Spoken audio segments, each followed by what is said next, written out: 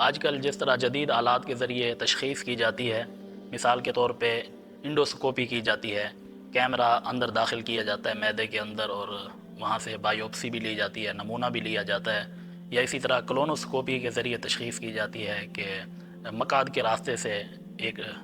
تار اندر داخل کی جاتی ہے، کیمرے کے ذریعے معائنہ کیا جاتا ہے۔ تو سوال یہ پیدا ہوتا ہے کہ اس سے روزہ ٹوٹتا ہے یا نہیں۔ تو اس میں اگر صرف معائنے کے لیے یا وہاں سے نمونہ لینے کے لیے اگر یہ چیزیں اندر داخل کی جاتی ہیں منہ سے یا مقعد سے، اور وہاں سے نمونہ بھی لے لیا جاتا ہے، معائنہ بھی کر لیا جاتا ہے، تو اس سے روزے کے اوپر کوئی فرق نہیں پڑے گا، روزہ نہیں ٹوٹے گا۔ ہاں، اگر اس کے ذریعے کوئی دوائی اندر پہنچائی جا رہی ہے جو ڈائریکٹ معدے کے اندر جا رہی ہے، معدے کے منہ سے،